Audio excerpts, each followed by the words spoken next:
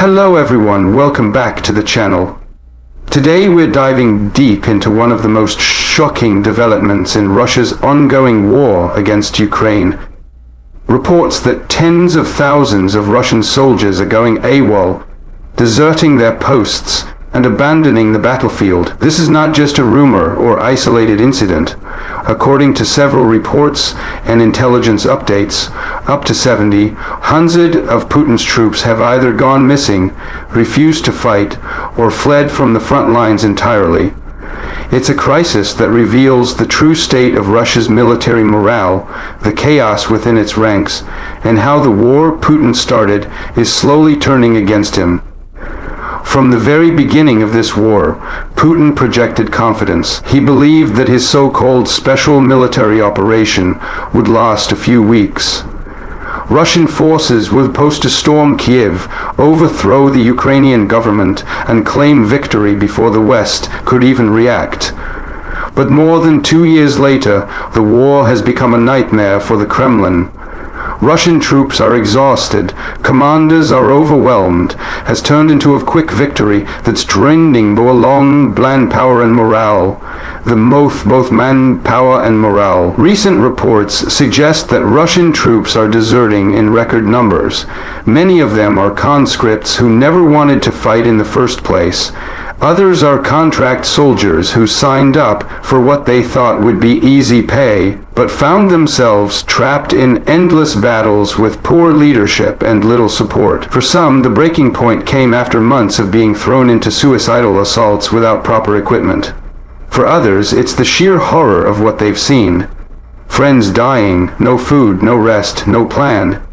The Russian military, known for its strict discipline, is now struggling to maintain control. Commanders have been ordered to clamp down hard on deserters, with reports of entire units being locked in bunkers, or threatened with execution if they refuse to fight.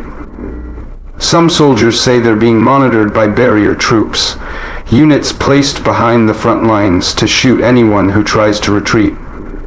This echoes the brutal tactics used by Stalin during World War II, but even that level of fear isn't enough to stop the collapse in morale. Across social media and intercepted communications, soldiers are complaining openly. They talk about corruption, about commanders stealing supplies, about being lied to by the Kremlin. They describe being sent to the front with no helmets, no warm clothing, and rifles from the 1980s. Many say they haven't been paid in months. Some even claim that they were tricked into signing contracts they couldn't cancel, effectively turning them into modern-day slaves of the Russian military machine. Families back home are also speaking out. Mothers and wives are demanding answers, asking why their sons are missing or why they haven't been allowed to come home after their contracts expired. The Kremlin, of course, denies everything, but the growing anger inside Russia is impossible to hide. Videos of grieving families and protests by soldiers' relatives are circulating online, despite Moscow's efforts to censor them. According to independent Russian journalists and Western intelligence, as many as 70,000 Russian troops are unaccounted for, missing, deserted, or captured. That number is staggering. To put it in perspective, that's more than an entire army corps simply vanishing from the battlefield. Even if some of them were killed or wounded, the scale of desertion and refusal to fight is something the Russian military hasn't seen since World War II. The reasons behind this mass desertion are clear. The war has dragged on far longer than anyone in Russia expected. The promised liberation of Ukraine has turned into a meat grinder. Ukraine's forces, bolstered by Western weapons and a strong sense of purpose, continue to resist fiercely. Every Russian offensive seems to cost thousands of lives for just a few meters of territory. Soldiers are beginning to realize that they are not liberators. They are occupiers in a war that many of them don't believe in. In some regions, entire battalions have reportedly refused to deploy. Soldiers are hiding in forests, escaping across borders, or paying bribes to military police to be listed as wounded.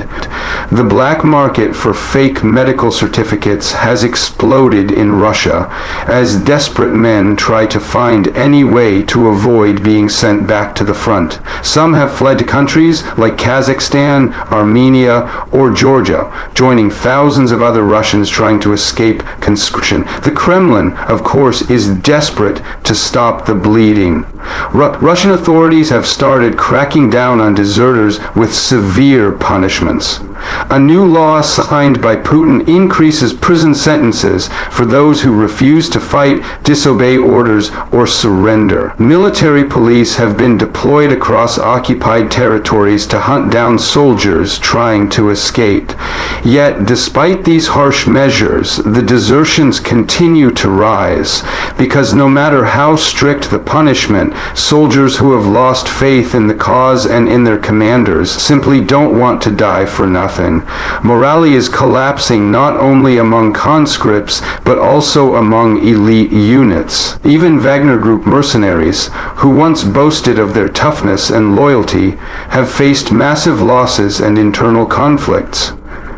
Since Yevgeny Prigozhin's death, the private army has fractured, and many of its fighters have refused to return to the front lines under Kremlin control. The same is true for other volunteer battalions.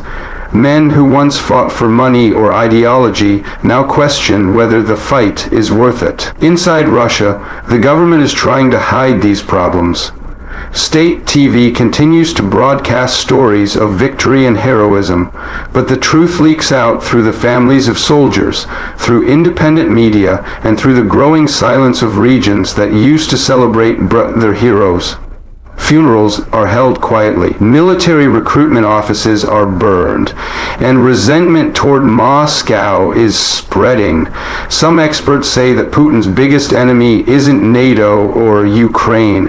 It's his own soldiers losing faith in him. The Kremlin can draft new men, but it can't manufacture loyalty. When soldiers no longer believe in the mission, no amount of propaganda can save a war effort. And that's exactly what's happening now. The Russian army, once feared for its size, is hollowing out from within.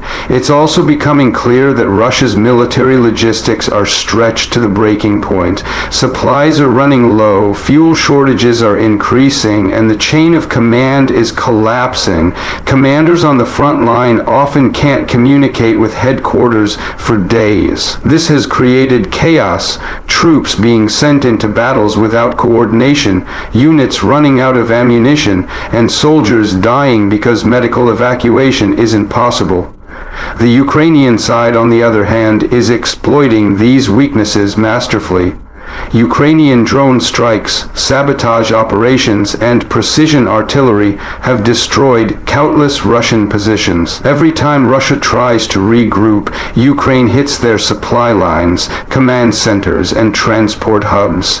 This constant pressure is driving more Russian soldiers to abandon their posts. They know the next strike could be their last, and many decide it's better to take their chances fleeing than to die in a hopeless war. Western intelligence suggests that Russian commanders are even falsifying reports to hide the extent of desertions. They mark missing soldiers as killed in action or captured by the enemy, just to avoid scrutiny. But these lies only delay the inevitable, a reckoning inside the Russian military. You can't fight a modern war when your own troops don't trust you. As morale continues to collapse, discipline follows. Drunkenness, looting, and infighting have become rampant in Russian units. There are stories of soldiers turning on their officers, of friendly fire incidents, and of units refusing to follow orders altogether.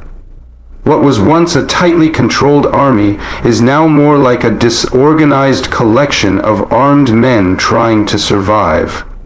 The situation has gotten so bad that some Russian officials are now quietly admitting that the country's manpower crisis is unsustainable. Recruiting new soldiers is becoming harder.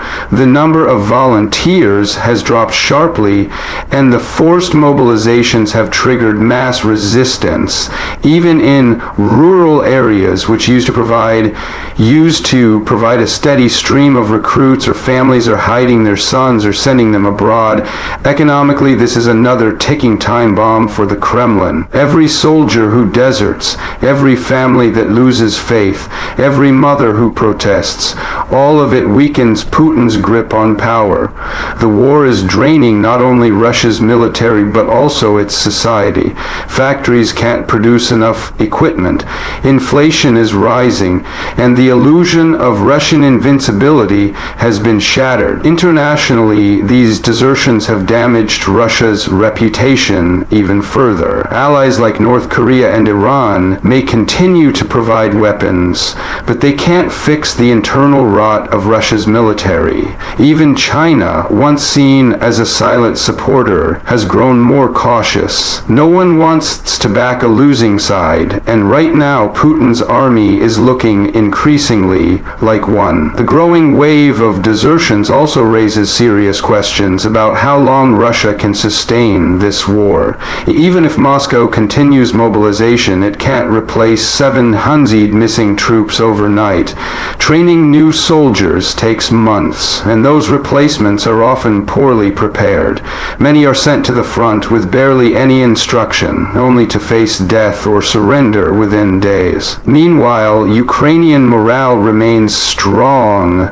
Soldiers fighting for their homeland are motivated in ways that invaders never can be. Every Russian desertion gives Ukraine more confidence and more opportunities.